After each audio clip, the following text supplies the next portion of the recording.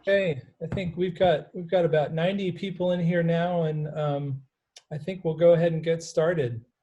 So thank you everybody for joining us. We're really excited to be doing this event for San Diego Design Week.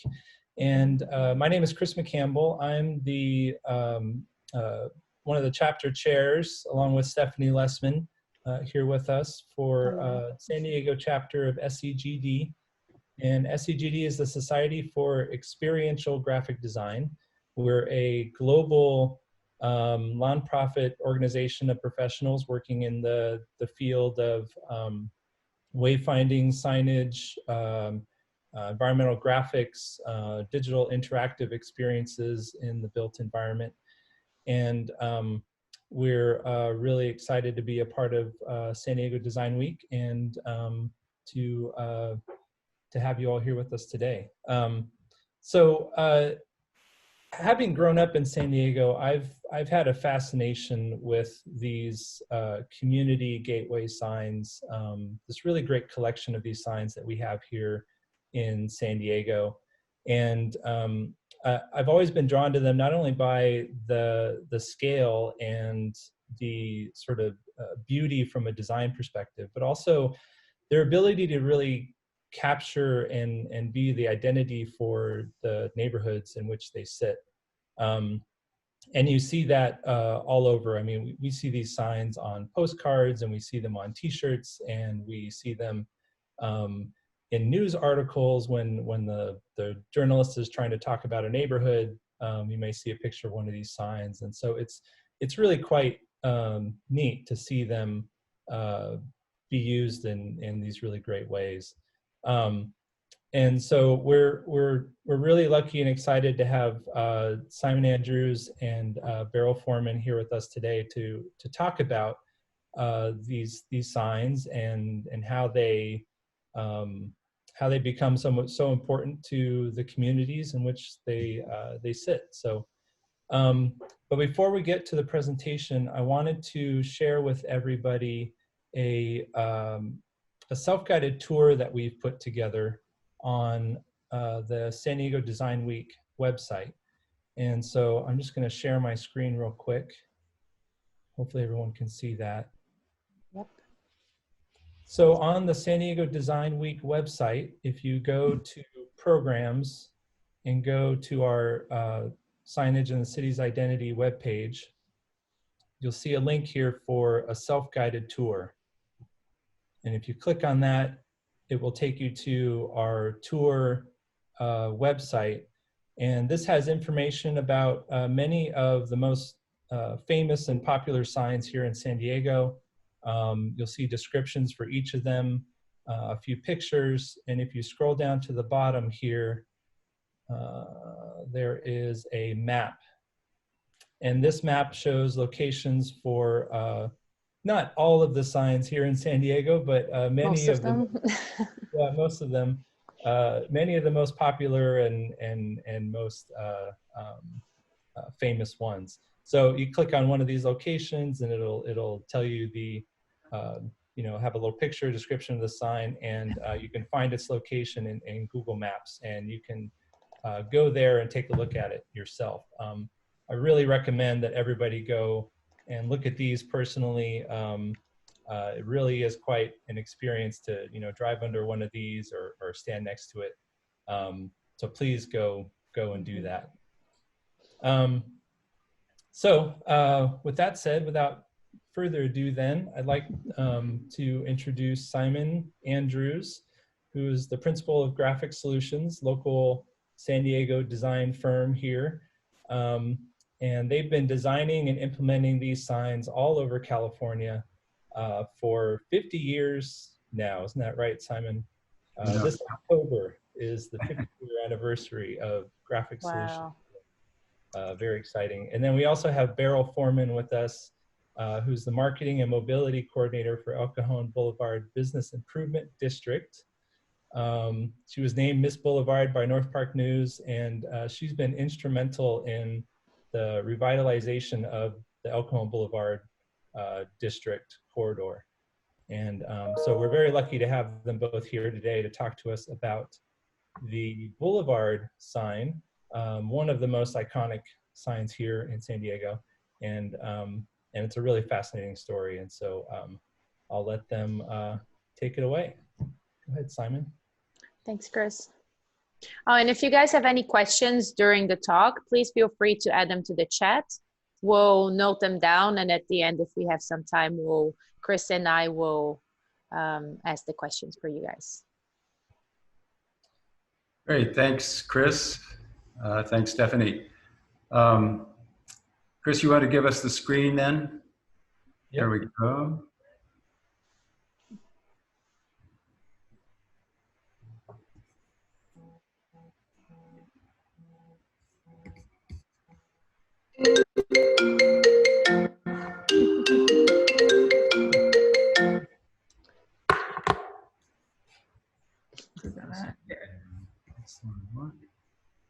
There we go. Yeah. Everybody see the screen? Very good. Thank you. Yes. Perfect. Good. So every one of these signs, I know every one that we've designed has a story behind it, and this one is especially interesting. The whole sequence, and it's interesting because we've been able to follow it now for some 30 or so years. So not only the evolution of the sign and its design, but also its impact. And so we're happy to have a chance to share that story today. So digging back into history, we'll let Beryl talk about the history, which is probably worth a movie in its own sake, at least a movie, if not a series. Yeah, so it's surprising when you see this sign that it's actually, just around 30 years old. But it really speaks to the unique history of El Cajon Boulevard. El Cajon Boulevard is actually the last leg of the first transcontinental highway from Savannah. And actually, if you know, Savannah has this bridge that takes you to the TB or Tybee Islands. So all the way from there to San Diego, the last stretch of El Cajon Boulevard. And then this first transcontinental highway is Highway 80. And then they extended it down Park Boulevard, I think down Market, so it went from bay to bay. So that really speaks to San Diego's long history of being this east-west connection into the city. Actually, when I started working for the Boulevard 14 years ago, Highway 80 was just designated Historic Highway 80. So that's what really got me engaged in the long history and was involved with a lot of the communities east of El Cajon Boulevard, all out to El Cajon, Alpine, all the way to Yuma. That really, gave me a good grounding. And I always like to share that kind of eye-opening statement about it being the first transcontinental highway. There's a whole story about that. I mean, so yeah, when Simon mentions this movie that could be created, I think it was like in Yuma that they were deciding, all right, which city is going to be the final destination of Highway 80. And so they designed this, it could have been Phoenix though, a race. So 2 different cars were racing to San Diego and Los Angeles. Whoever got there first, that was going to be the final destination. And since San Diego is closer, it's no wonder that we won the race, and that is why we are the last leg of Highway 80. Whenever someone actually mentions Georgia, I get dreamy about taking this road trip one day. So that was around like the 1930s. And then what came of that is that we have this, main road highway that comes into San Diego. The mid-city, these older neighborhoods started to blossom in and around El Cajon Boulevard.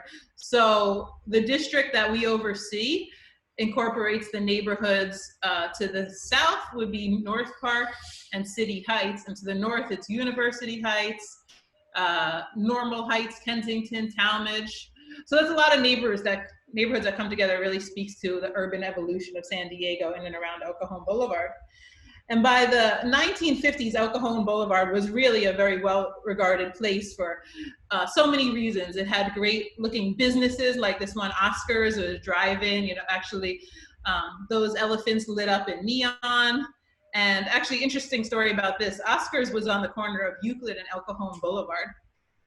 And similar to the story of the founder, McDonald's, where sort of business evolved from these types of hangout joints with hamburgers and milkshakes to the fast food life. So Oscars actually started the company Jack in the Box, and that's exactly why there's a Jack in the Box at Euclid and El Cajon Boulevard. And the Jack in the Box Corporation is home in San Diego. Some of us so remember drive-ins, bars, drive-in movie theaters. The Till 2 was, many of you probably recognize it today, but it was resurrected. It was in the 1940s, right next door to this old State Theater, which I think I have a picture of. And it was a beautiful bar that was right next door. This is also right around Euclid and El Cajon Boulevard. Look at that cool tower. Yeah, this was a really well-regarded and beautiful design that was put together for the grand opening of this State Theater. Did you say you remembered it? No, I don't remember that. I do remember Oscars. Oh yeah? For sure. Oh yeah. So Simon definitely was cruised the boulevard. He really is like the godfather of the boulevard. What? I wasn't a cruiser like some. And so, yeah, a unique story that the first female manager of the State Theater met her husband who owned the Till 2. Oh. And about 10 years or so ago, in her 90s, she came to what was previously the Beauty Bar and brought out these pictures of the Till 2. And then the next owner, who actually owns a Tower Bar, so great history going on in the Mid-City, decided he couldn't do better than that, and he helped resurrect this history of the Till 2. So that's why we have that neon sign back today. And as much as we can bring those neon signs back, the better, because El Cajon Boulevard really was like the Vegas strip of neon signs back in the day. People who went to Hoover High School, they take a lot of pride in this area. Yeah, more cool signage. It was not, now it's more like used car lots, but before it was really like, the known car dealerships existed along El Cajon Boulevard. And this is definitely one of the most important historic moments along El Cajon Boulevard, when JFK was cruising in his motorcade to make a speech at SDSU. I think this was just a year before he passed. But, Rutherford's in the background, and they still hold on to this picture today. And it's just one of those, many iconic businesses that thankfully still exist along El Cajon Boulevard. So you can see all this like layered history that exists from old Highway 80 to the mid-century, and we'll catch you up. Rutgers is stalwart. The Lafayette Hotel, I think the only building built in World War II, during World War II. A fabulous place, and thankfully actually it was about 10, 15 years ago that they did receive redevelopment funds to restore the history of the hotel, and it's really such a wonderful place, the gem of El Cajon Boulevard, if you will. And the restaurant there, the bar, famous with the fox. Oh, don't get me started on that. Okay. They had to move across the street. Yeah, well, it was fun for a while.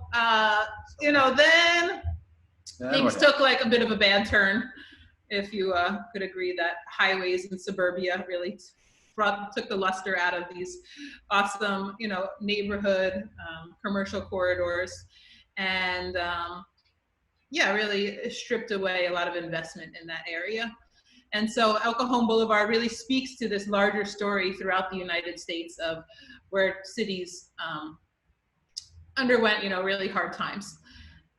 The urban core, because when I-8 went in. Yes, and this is, and that picture. The malls went in, Mission Valley Center, then El Cajon Boulevard started to decline big time. So it went from Highway 80, that was decommissioned as a highway. Interstate 80 gets built so that it could really house all these, sort of larger suburban models. Well, and speaking of cruising, then what happened? The place was sort of turned over to prostitutes and pimps. I love that last line. The cop says it's like trying to kill roaches with a broom, because that time they couldn't control prostitution on the boulevard. It was really a mess. And so this is just one example of daily articles in the Times and the UT.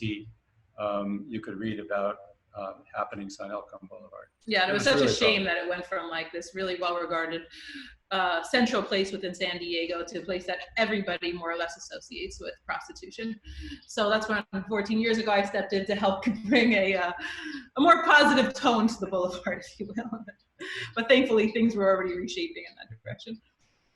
And I do want to point out that while things did take a bad turn, it was around the 70s that the Vietnamese refugee settlement came into San Diego, followed by many other ethnic refugee and immigration, and that those businesses, Fauquois is right, actually I keep on talking about Euclid, is on the corner of Euclid and El Cajon Boulevard as well. So it shows that mid-century history, and then comes the Vietnamese history. That's why we actually have a little Saigon district there today.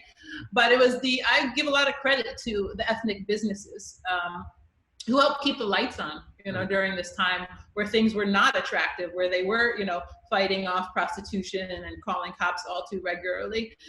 So that also speaks to why El Cajon Boulevard is this, what a foodie writer in the Union Tribune called the foodie's Appalachian Trail. And we definitely want to highlight, all the different diversity of ethnic businesses that exist along El Cajon Boulevard, and that's really why it's sought out as such a great place for wonderful, diverse food as well. Yeah, those people were early pioneers to really take a chance and risk.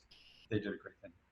So what do you do? So at that time, the city planners came up with enough money to do a planning document they called Revitalizing Commercial District for El Cajon Boulevard. And the community there looked at the plan, and which outlined a number of fixes. One was landscaping the median, one was new lighting, one had to do with transportation, another had to do with creating some kind of entry sign or something like that. And there was a picture of a concept. It's a sign that spanned the boulevard. It said mid-city. And of course, nobody knew exactly what mid-city meant except the planners. So we managed to work with a structural engineer in San Diego at the time, Richard Stage, because we knew it was going to be a challenge. And thankfully, one of the councilwomen, Gloria McCall at the time, McCall's had, for instance, one of the auto dealers on the boulevard. So she had a history there herself. Managed to come up with some CDBG funds to design and build a sign. And so we worked with Richard Stage to come up with something that could work. One of the things, we looked at a sign that could span the boulevard, but it was so wide, we couldn't afford to do it. We had a fixed budget with this grant, and it was unaffordable.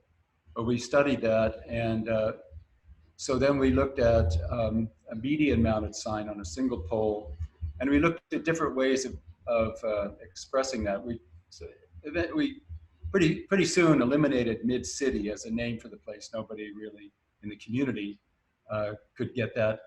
But some people thought it should say El Cajon Boulevard, but everybody thought, well, that's really a street name sign. We don't need that. So eventually we came up with the Boulevard and played with different type fonts and concepts. And I remember we got into some real eddies with the committee we were working with, and the councilwoman's aide came to the meeting and said, if you guys don't make a decision tonight, the councilwoman's going to take the money and she'll apply us for something else. And that got everybody to make a decision, say, okay, and we'll go with this design that you came up with. And everybody was really agreed on this. So for the most part, they agreed. I remember Brent was not so happy. He was president of the BIA at the time. And he sort of withheld judgment. He wasn't so excited.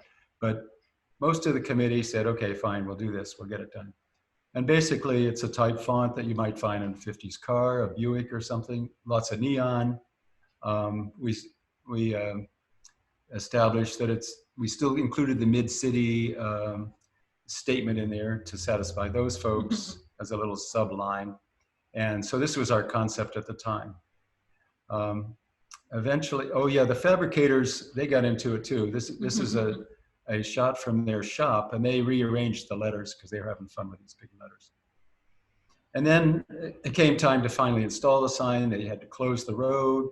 Really dramatic scene as they installed the sign. These guys put up the letters, hauled it up, and not only that, but there was they closed the street again for a big dedication.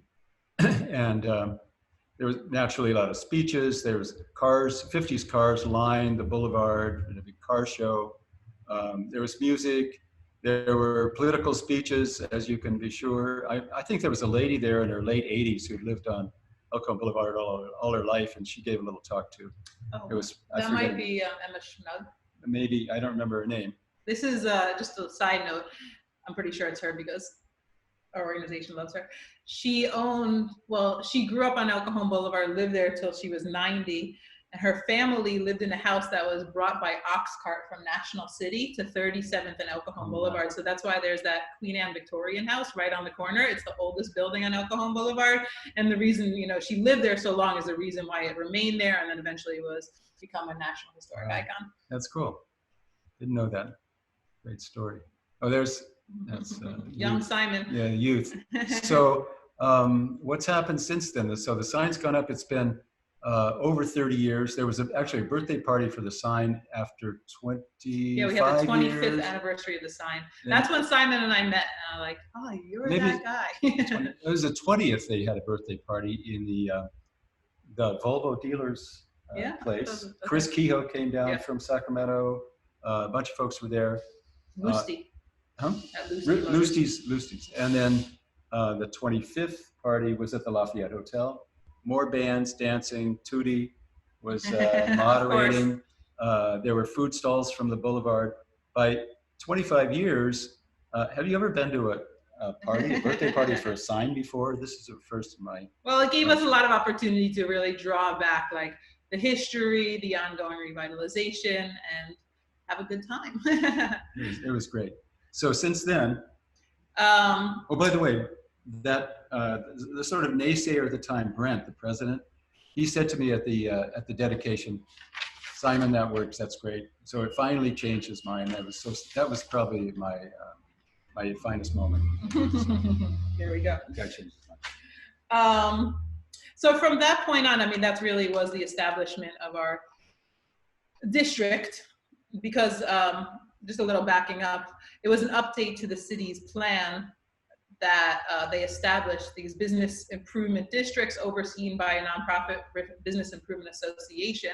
I think that's why it became very popular to start with these types of gateway signs. And that's also why San Diego has a very long history of business improvement districts throughout the United States. So it just gave a little bit more like oversight and support to these business corridors as they were updating the plan. They saw, if we invest in the downtown neighborhoods, then the city overall will continue to flourish. I thought that was a really smart strategic plan for why we have business improvement districts today. And this was long before my time. Our organization was, I think, very forward thinking in the way they look towards more like urban planning and public improvement projects to spur revitalization along El Cajon Boulevard, more so than focusing on marketing and events, which we also do quite a bit of, but that we had a larger vision for the impact that El Cajon Boulevard has throughout San Diego and what it should become.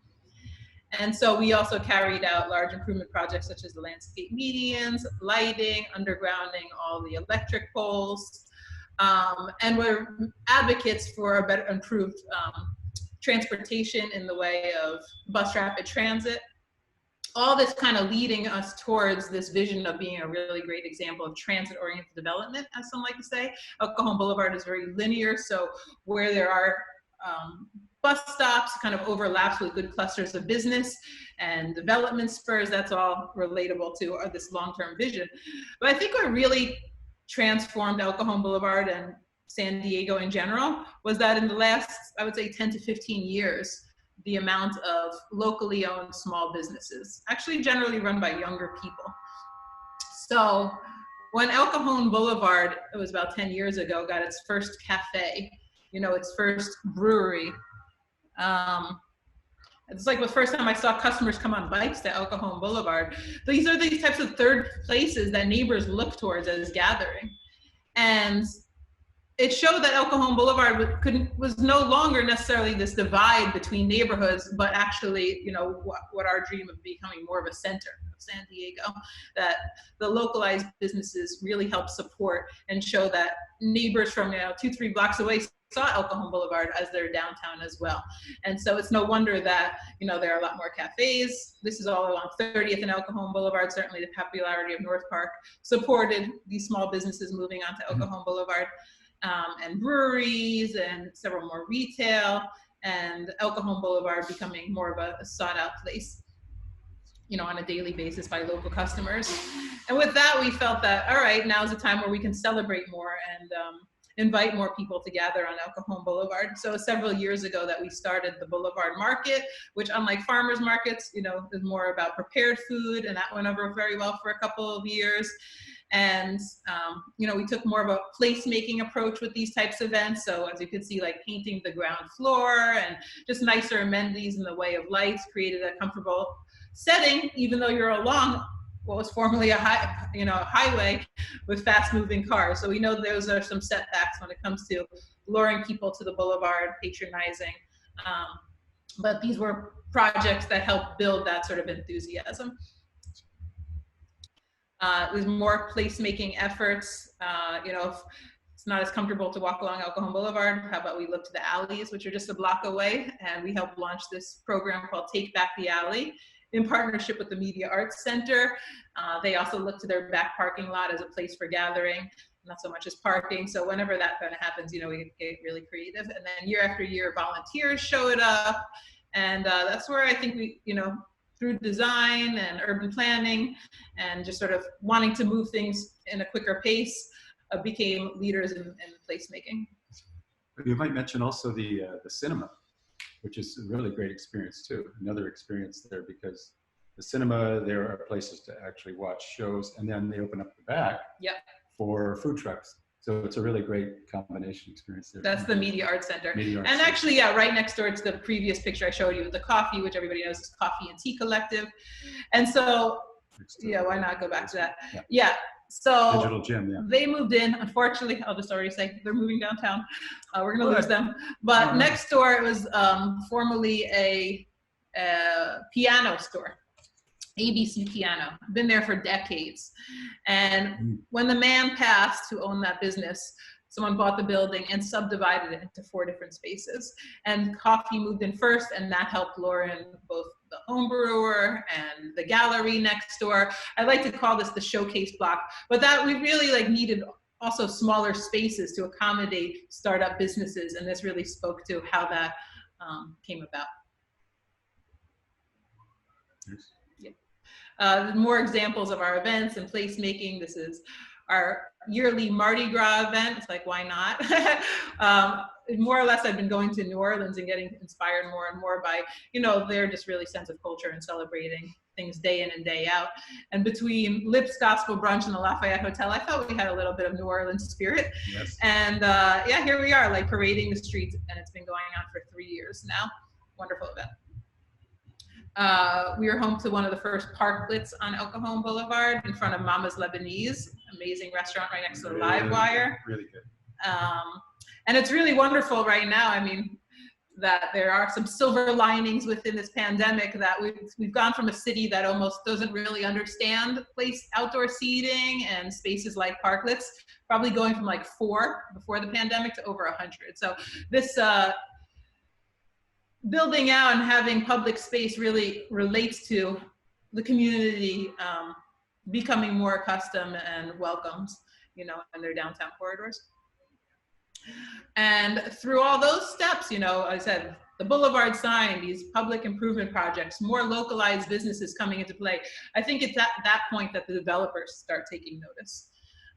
And so we started seeing these amazing buildings popping up on El Cajon Boulevard. You know, I toured it, I'm like, wow, maybe I would want to live on El Cajon Boulevard. And of course, they were also drawn by the fact that it was a central part of the city where there is bus rapid transit, so they get some density bonuses out of it. So we're attracting local developers who understand sort of the vision for and direction of bringing back El Cajon Boulevard. It's really surprising to me that El Cajon Boulevard, for its, you know, long as it's been around, pretty much supported only like 1-2-story buildings. That Well, it's that's the other thing you have. This is a great moment because you have the zoning for these now. Not every other part of the city has that, but now is a great moment for a developer Yeah. to move in for multifamily. The zoning, the transit-oriented developments, these are all reasons that support higher density residential, and that's like finally being built out in El Cajon Boulevard. While a lot of the neighborhoods in and around El Cajon Boulevard that I mentioned are turned off by density, they could all agree that El Cajon Boulevard, for its scale, can accommodate this type of residential development. So that's really what's here. More examples. This Boulevard project right on Florida and El Cajon Boulevard are leading us towards becoming this great example of transit-oriented development. And as I said, our group has been always very forward-thinking around urban planning and advocating for bus rapid transit. But once it actually got delivered, maybe like 5 years ago, it didn't have a dedicated lane, which is really the definition nearly of bus rapid transit. It had nicer buses and better bus stops, but it wasn't more efficient. The route is from downtown all the way to SDSU. There was no time cuts or anything like that. So it was a couple of years I went to a conference, and there was this theme going on, about tactical transit, and a number of cities that had adopted more pilot lanes to introduce the concept so that the community wasn't completely, having to swallow these new projects all at once. We're testing the model. So, and also MTS was very much behind this. Because anything that improves their system, they wanted to welcome. It was the city that needed a little bit more convincing. You have the wide thoroughfare. And we have such a wide thoroughfare. It's really been like my long-term goal as an urban planner to see that El Cajon Boulevard becomes a narrower street. I mean, shopping and living on a 6-lane road where people are going at speeds of like 40, 45 miles an hour is just not, a livable space. So we really need to come around to be losing our history, I would say, of a highway and becoming more of a center to an urban community. And so slowing down the traffic and introducing, more multimodal boulevard is that approach. And of course, the developers very much welcomed it as well, hoping that their residents become really the first supporters of this sort of new wave of getting around the boulevard and transportation. So just earlier this year, we did introduce this pilot bus lane. I always said, hey, can't we get 2 for 1, get a bike in there too? The bus only come every 10 minutes or so. It's a beautiful bike lane. It took a little negotiation, but actually it was surprising that someone in the mayor's office called me one day, like, you want the bike lane, right? And yeah, it needs to be labeled though, otherwise people aren't gonna get it. And so, well, unfortunately, just a few months after it was introduced, COVID hits, ridership and life across the board slows down. So it didn't exactly show much improvement in terms of transportation yet, but that's definitely the direction it's going in. It has shown numbers improved in safety and bike ridership as well. Yes. And so, yeah, the ultimate vision as we're talking about design is that, as I mentioned, El Cajon Boulevard is linear, and that each bus stop, you have this cluster of great businesses. You have this unique identity, hopefully in the way of painted crosswalks as you arrive into different sections of the boulevard, from like 30th and El Cajon Boulevard to Little Saigon. You'd see these different painted crosswalks, which, enhance safety, but also give great branding. Maybe we'll be working with Simon on that in the near future. Sure, like 4 or 5 of these nodes, right? Yeah, right now we call like the West End, 30th and El Cajon Boulevard, and Little Saigon our most vibrant hubs. And then we hope that others fill in. There's finally actually development happening at the I-15 bridge deck, which was held by, redevelopment for like 2 or 3 decades. These lots were held there, and now we're seeing that development come online. So a lot of things are finally coming online, these dreams of bringing back El Cajon Boulevard to its limelight, with it being really a well-regarded neighborhood center, and now more people living there, and improving the landscape and walkability is where we're going with this Boulevard 2020 plan that was developed. And I think we're meeting those goals along the way. It's beginning to remind me of some of the grand boulevards in Mexico City and some of the other sort of colonial, cities in Latin America that have grand boulevards or are planned with those boulevards, great landscaping. But Mexico City has like Forman and others, some fantastic big boulevards like this, and it's starting to create neighborhoods like you find in cities. Amazing. Yeah, in fact, another unique connection to Simon was that his daughter went to city planning school at SDSU, and she wrote her thesis on boulevards. So, of course, I had to meet her and read it, and of course, she highlighted the boulevard and actually spoke to one of the sort of strategies for revitalizing these downtown corridors is to develop, to have business improvement associations lead the way. And, you know, of course, a lot of things just kind of came into play in the way of localized business and the economy turning around and downtown development and sort of seeing the city as more of your downtown center again. I think we're all moving towards a more sustainable urban lifestyle that supports El Cajon Boulevard regaining itself as a wonderful center within our city. So what's the next event coming up? You've got one coming up right soon, right? Well, we don't want to tout too many events in the way of people, but, you know, even to keep things going and support how we can through this pandemic. Maybe you guys know our lot at called Ferret 44 at Fairmont and El Cajon Boulevard. Since the beginning of the pandemic, it's been a food distribution. So every Wednesday I had to jump from our fruit swap to here today. Tuesday's pantry item day. This Saturday actually is part of Design Week. We are hosting our second, it's called Safety and Style, Face Masks in City Heights, showcasing local designers who are now making face masks and thankfully still sustaining their business through that. And so from 11 to 1, we are hosting this event. It's welcome for free pickup or City Heights residents of face masks. You can also shop and buy. You can tune in online. There will be a live fashion show. And so thank you for also incorporating that, but that's how we're kind of keeping things eventful and supporting placemaking and giving back to the community during this time. What time is that? 11 to 1 this Saturday. Good, because I think Rochelle will be in town. I'll tell her about it. All right. Yeah. The Boulevard Girl. Yeah, you'll find that on the website as well. I tried to find the old slide of Rochelle at the dedication. Little kid in a stroller. Couldn't dig that slide. No wonder she wrote the thesis. Maybe, yeah, in her bones. Okay. So we're welcoming questions at this point. Yeah. Oh, great. Yeah, thank you, Simon and Beryl. Yeah, I think this was great. A great story of just revitalization and how a sign can help spur that. I just want to lead off with a question.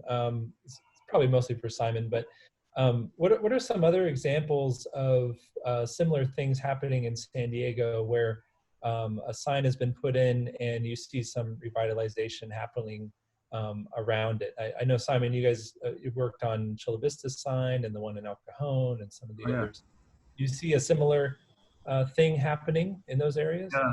Yeah, like I said, every one of these signs has a story, and Chula Vista sign came after the Boulevard sign, a few years after that, and the people in the city said that within a fairly short time, it's on 3rd Avenue, which is Chula Vista's sort of historic commercial district, a little bit east of the I-5 and between I-5 and the 805.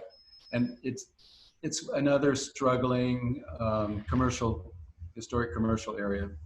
And again, the city, through redevelopment and general funds, and also the BID, Business Improvement District, they managed to have a new sign designed and built and installed. And in that case, it was a double face sign. It read both sides, and they decided they had enough money for one sign.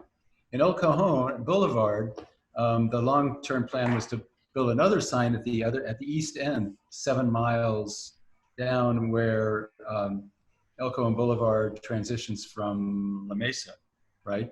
And you enter El Cajon Boulevard. That hasn't happened yet, but in Chula Vista, they decided, well, we got enough money for one sign.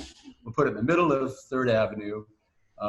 It was narrow place there, so that we could do a spanning sign.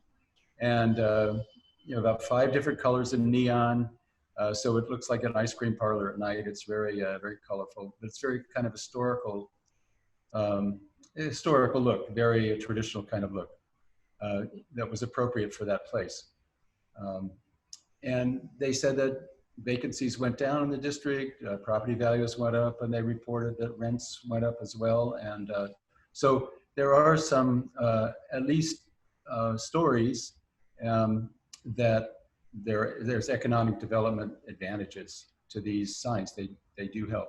And that seems to be part of the Boulevard story as well. At the El Cajon, the sign in the city of El Cajon is also in the middle, double-faced sign, and maybe a little early to tell, like that hasn't matured that district as much as certainly the Boulevard or Chula Vista's 3rd Avenue yet. But we have similar stories in other communities throughout the state where we've done these community signs, these signs that go overhead, they command the sky, you have to drive under them or through them. They're not just sort of incidental, they're very imposing kind of statements. And so it's been a lot of fun to work on these and with their communities to sort of develop a look that represents the personality of the place and their aspirations. It's really quite a lot of fun. So, and I'll just build on that by saying it becomes the brand. You know, there are a number of places along El Cajon Boulevard that refer to themselves as the Boulevard. We name our lots like the Boulevard Court. Every one of our events starts with the name the Boulevard. We produce this guide. It's called the Boulevard Guide. You know, we'll put our sign on all of our marketing material. And you know, if you didn't know that El Cajon Boulevard is somewhat of a, you know, still up and coming, that you'd see this and you'd see all these like businesses and you're like, oh, I want to go there, you know? So it's very helpful that starting with a strong brand, that it's really helped propel all the work that we do. Mm-hmm. In fact, within a month that the sign went up, I remember there was a dentist along the boulevard that used that type font and everything else to say the Boulevard Dentist and put a sign on his. Yeah. So talk about branding, yeah. We have a few questions around that, around your work. If you've been to a lot of cities to get some inspiration on that as well, you know, on the font and the signs. Mm-hmm.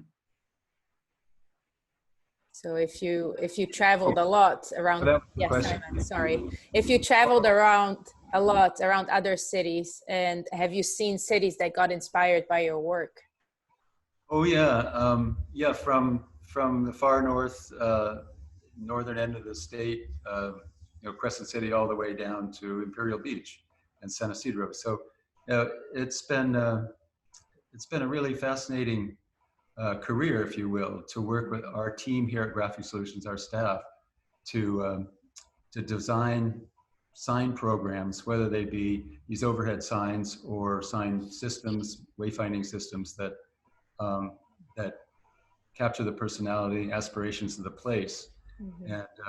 And really help people negotiate and find their way around the community. And how many of these have you designed already?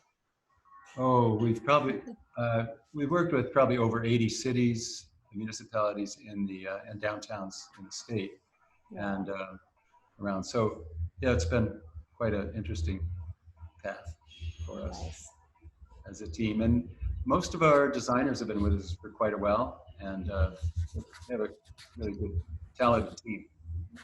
Nice. We have a good question from Susan Merritt as well around how do you hold this sign up for so long? The Boulevard sign specifically. How is that maintenance going? Oh, well, that's one thing that's unique about these business improvement districts, is that it has a lot of layers of district to support ongoing maintenance. Mm-hmm. So on the west end, it is maintained by the North Park Maintenance Assessment District, as well as the lighting. Mm-hmm. And so maybe every 10, 15 years, it actually gets repainted. And whenever there's a little bit of rain, you know, maybe the neon light goes out and they have to restore that. That all relates to property owners and business owners paying in a rather nominal fee to support ongoing maintenance. I think for the Boulevard sign, maybe the budget got really tight for the fabricator, and they may have cut some corners, so it had to be repainted and the neon fixed pretty quickly. But these signs all have like a car, they'll have maintenance issues. A lot of people forget that. Put up a sign, it doesn't last forever. So there needs to be a maintenance program to answer Susan's question. Yeah, that's the responsibility of any public improvement project, is that it is well maintained. Yeah, and lasts for years to come. Create a regular annual program for painting and maintenance, lighting. Yeah. Nice. Let me go through. There's some good questions here. I think as well, when you're designing a sign for a new community, what are the main challenges that you come across? Well, there are the physical challenges of the place. They have their obstacles, physical obstacles, underground. People forget about that. Let's put a sign here. Well, there's a high pressure gas line there. We can't really put a footing in that location. So there are physical obstacles, but I think usually the most challenging and interesting challenges are the social ones, and getting everyone to agree and come to consensus on a design. And as I mentioned with the boulevard sign, we got into little eddies, and people were doing sketches in the meeting about signs that looked like, I won't say what they look like, but and it took the power of the dollar, the councilwoman's aid, to say, we're going to pull the funding if you guys can't make a decision, just to get through the law. Going. Yeah. Yeah. So, but we don't always have to depend on that, and we try to work with people to come up with consensus on a design without ending up with a camel.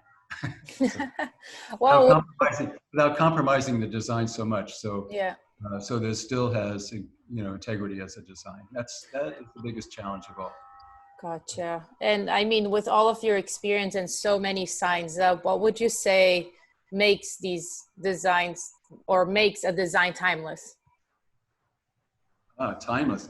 Yeah. Well, everybody wants a timeless sign, and some of them will be dated, right? But I think when I think about the boulevard sign is that, yes, it's dated, but for a purpose, and it's meant to date that era, and maybe someday it'll be replaced by something that somebody else will like. I won't be offended, but more likely it'll be protected historically.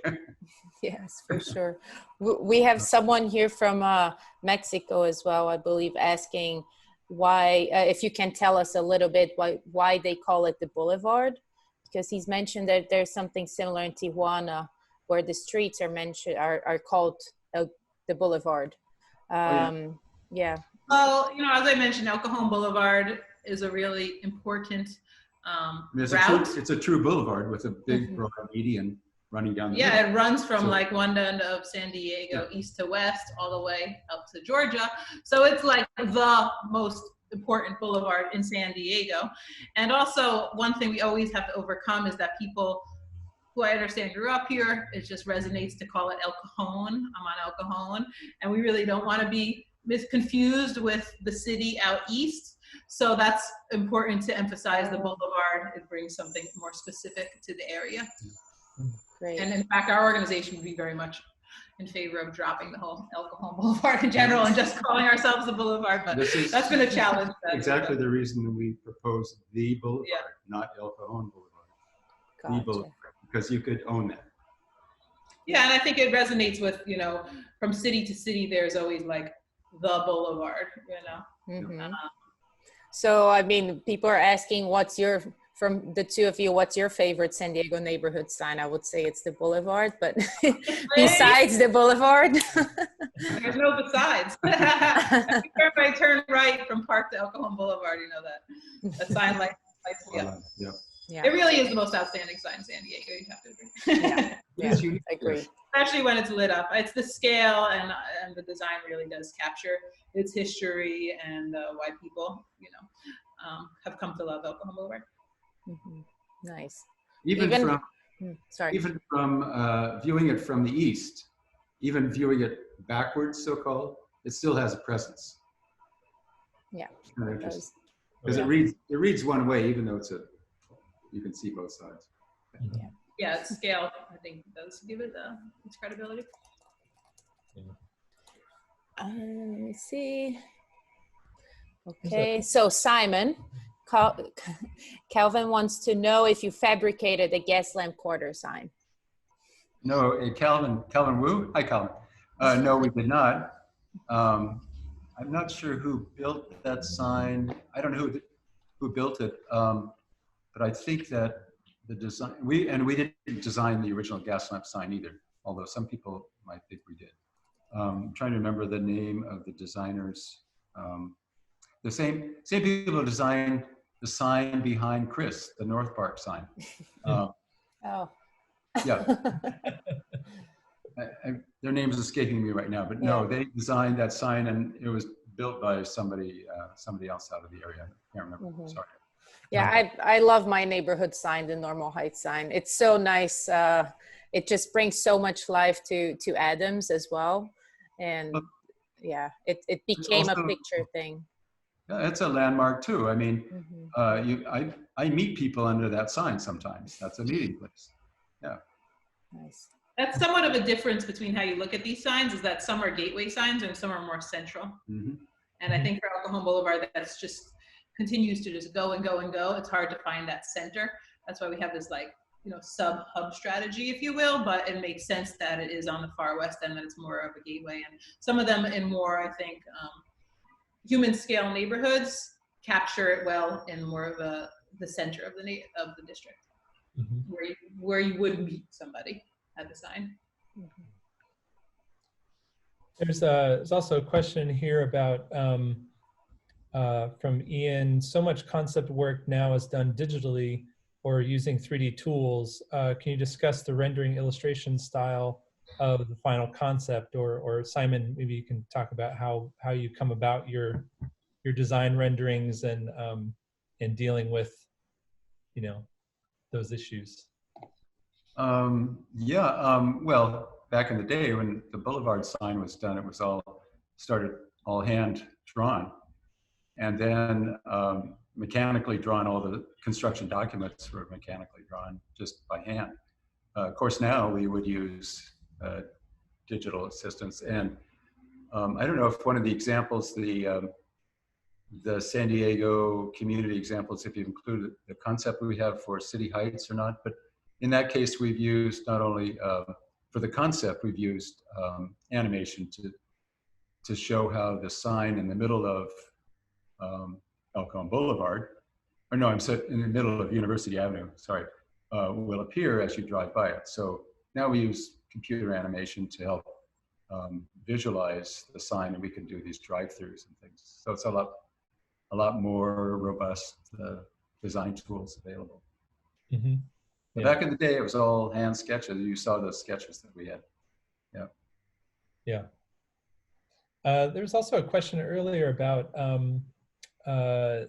whether or not the Boulevard sign has been transformed into LED lighting. I know a lot of the other signs in San Diego have been either replaced or rebuilt with LED, whether to look like old neon or just to be, you know, more energy efficient. But is the Boulevard sign still original neon? I don't know that it's the original, but I don't think it's LED. It's a bright pink. Yeah, I think it's still neon.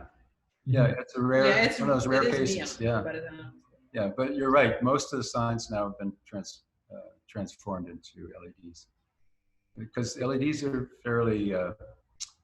fairly good substitute now. Mm-hmm. Weren't so reliable before. The colors weren't so good, but now you can do that. Yeah. I mean, any new signs we're designing these days, they'll almost all have LEDs. Mm-hmm. Yeah, now the technology is so good. They have LEDs that look like neon and every other kind of lighting style that old lighting style that you want. Much, yeah, and they've gotten much better in terms of color rendering. If you're trying to match an old incandescent or neon with that Kelvin color or whatever, it's much easier to match now. Mm-hmm. They have a longer life as well, LEDs. So, yeah. Another question from Susan. Which other signs on the tour or in San Diego did Graphic Solutions design or produce? I know we talked about the El Cajon sign and Chula Vista. Yeah, those two, and I don't remember if the City Heights concept is in your tour or not. That's just a concept so far. It's waiting for city approval, and there's waiting for the median to get finished, this roundabout to get finished. So. And if I'm correct, I would say that that is one of the challenges of these signs is the funding. From design to implementation, I guess you have a couple that haven't actually been implemented, but I think back in the day when business improvement associations were just getting off the ground, this sort of CDBG money, there was a category to fund these types of neighborhood signs that doesn't exactly exist today. Yeah. So they're going to other resources for that. True, true. That's true. Redevelopment was a big help back in the day. Redevelopment financing, tax increment financing helped a lot of those cities I mentioned do their branding and wayfinding programs, whatever their identity signage. That was huge in big cities. Amigas, ¿cómo están? Hermanas de la vida. Escúchame, tengo algunas ideas, pero... Sorry. So yeah, I would say that was a unique wave that kind of occurred at once, was that California redevelopment and business improvement districts being established and having the source of funding to get this off the ground is why San Diego had so many signs resurrected during that period. Yeah. Yeah. Another question from Susan here. What influences your type selection or your font selection? Are you using standard fonts, or is it all hand drawn? Either standard fonts that have been customized sometimes. We'll fiddle with a standard. We may start with a standard font these days and then customize it, play with it a little bit. Not so much custom fonts these days, or hand drawn so much these days. But you did say that the Boulevard sign was like pulled from old cars to Buick. Yeah, that was a font. It's a kind of a familiar looking font, but that was ultimately hand rendered. And Frank Mondo in our office really worked to develop the design of that. Beautiful, yeah. Yeah, amazing illustrator. Yeah, for sure. So I guess to expand on that a little bit, when you're approaching a design from scratch and looking for inspiration, where are you usually influenced to come about with either type selection or materials or colors or things like that in the neighborhood? Good question. Well, Chris, you and I have worked on projects like that, and that had to be sensitive to those things. And sometimes it's the personality of the place. Sometimes it's, I remember one story in one community, we had to avoid certain colors because the adjoining community's high school used those colors, and they were sure those signs would be vandalized if we represented anything using their colors. For instance, so I mean, there are all kinds of sensitivities like that. Yeah. But it really depends a lot. Sometimes it's more important, or it's one of the stronger considerations anyway, is for readability. And we know that some fonts and some color combinations for figure and ground are more successful than others. And so we'll work with those palettes to try to achieve something. Like the North Park sign, again, behind Chris, there's a palette of colors in that community that you can see not only in the signage, but also in the tile work on that sign and some of the other sculptural and wayfinding elements in that community. So there's an established palette, and it made sense when we designed the wayfinding signs for North Park that I think eventually be implemented. I think we picked up on the same palette, the same kind of oranges and greens and teals and colors from that palette, from their tiles, right, Chris? Mm-hmm. Yeah. Yeah. So yeah, I mean, we sometimes if a program just wants to expand on what's there, and so it needs to be sensitive to that. Mm-hmm. Yeah, I think that's an interesting point too. In many cases, the signs are sort of evolve over time, right? Like this North Park sign, for example, it was originally a suspended sign over the road, and it was just the green outline that was suspended. And they originally took that down and added this post with the colorful tile on the bottom much later. And then now with the wayfinding signs are sort of evolving that design again. So it's kind of interesting how these signs kind of, evolve over time and kind of take on a new life, as neighborhoods change and as new things come in and out. I think that's really interesting. So I guess sort of related to that last question, for many of these signs, are there stock elements, stock materials, or stock things like posts that are often used, or is it all custom, or does it depend on the design? Good question. We depend a lot on automotive enamels, automotive finishes. There's one company that specializes in these called Matthews, and they make a really good automotive paint that's usually sprayed on, applied, and these days can be sprayed on with more environmentally friendly materials. And they're pretty well known throughout the sign industry for a really good durable finish. Aluminum, especially in our area, when it's properly primed and paint finished with something like a Matthews finish, we know that will have a good life and durability in our environment. There are other materials depending on what we're doing. We already talked about LEDs. We're still experimenting. A lot of signs, a lot of communities like to have their signs illuminated or charged with solar. And we're still trying to find ways of doing that efficiently and in a way that's not too, it's more attractive. Sometimes the solar systems are more of a political statement than one about sustainability. Sometimes it's more practical to run a line if it's available close by. But we're still looking for ways to integrate solar, solar as a power supply for some of these signs versus, for instance, SEGD adhere, one of the others. Mm-hmm. Yeah. So there was other materials. I mean, a lot of things you don't see. I mean, for instance, a boulevard sign, for instance, there may be a center steel pole that's clad and decorated. You may not see the pole itself. So, but those are standard. I mean, you sort of try to find the most efficient, most durable things, and you're always looking for a balance between cost and value. So, yeah. There was a question earlier about whether or not there's a book or compilation of all of these signs.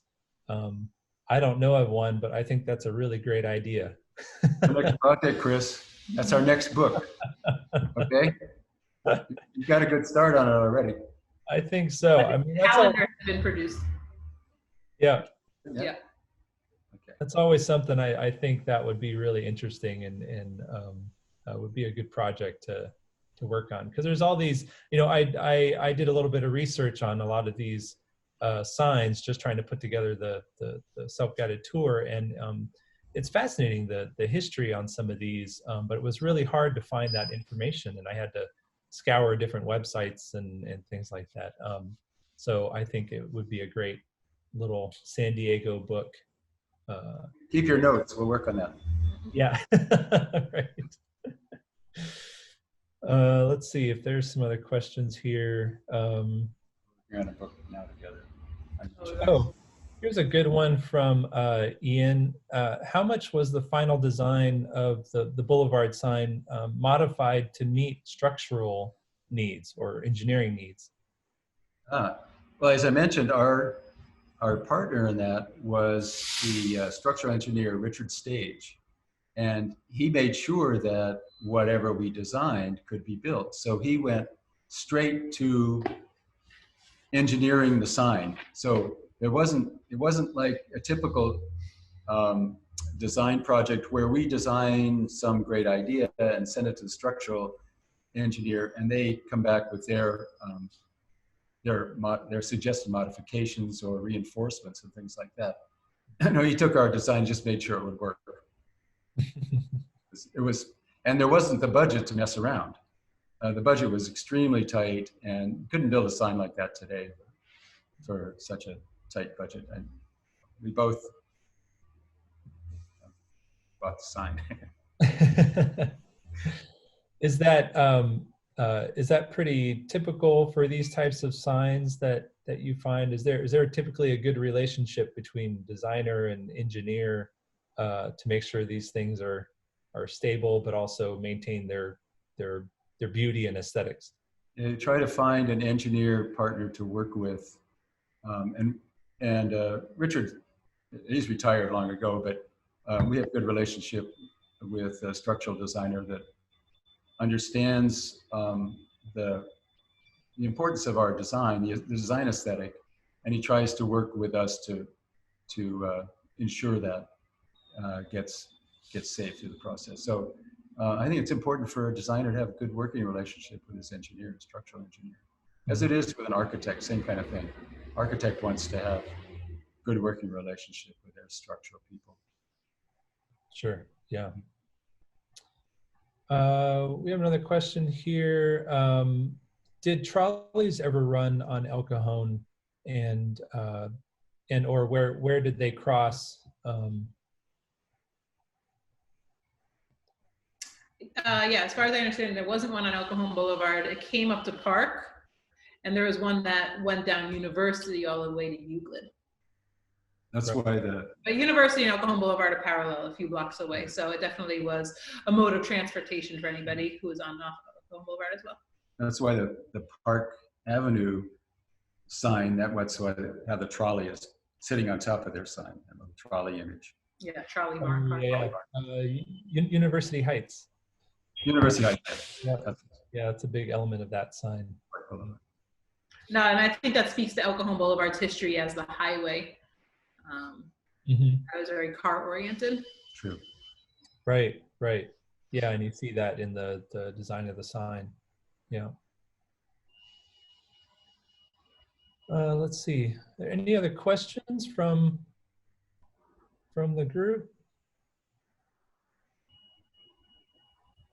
Hi, I was curious about what is in the plans for Park and El Cajon on that corner there, because it's a large piece of land, and I would hope to see a cool community space. The school? The school or the street? It's on the block. It's like pretty much the entire block where Park and El Cajon meet. I think just the south corner right there. Lennar is developing it. As far as I understand, it's been put on hold, but it will be one of the largest developments in that area. And then, yeah, in terms of just making it more accommodating to the community, I think it's been a long-term vision to see a large roundabout, especially with the bus rapid transit. There's just a lot of different intersections coming together. It's really hard to make that permanent. And so something that facilitates safety and walkability as well.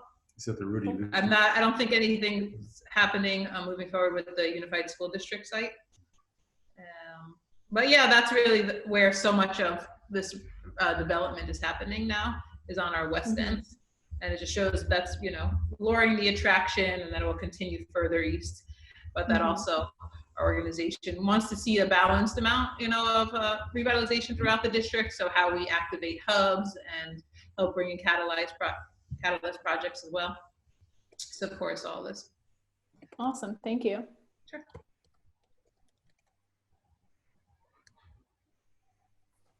Okay. Any other questions?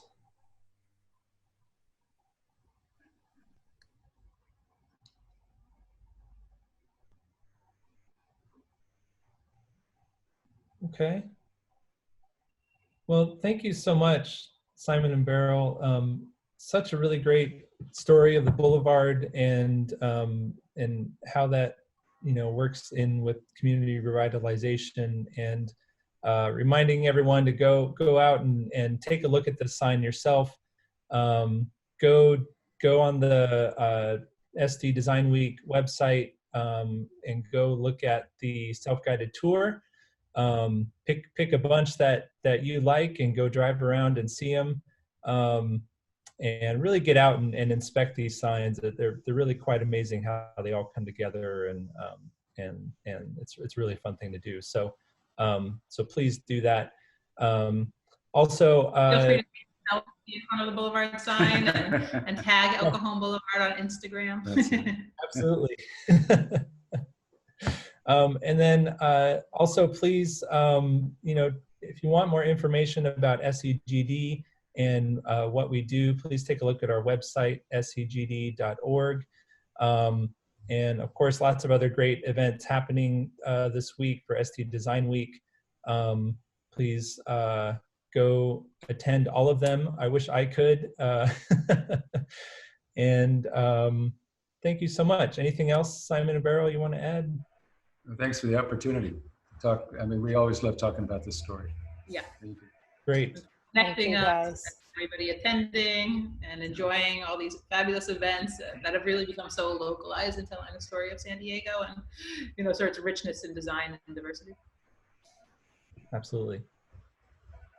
Okay, well, with that, we'll close out. Enjoy the rest of your weeks, everybody. Enjoy the rest of this SD Design Week, and we hope to see you all again soon. Great, thanks for hosting. Thank you. Thank you. Ciao.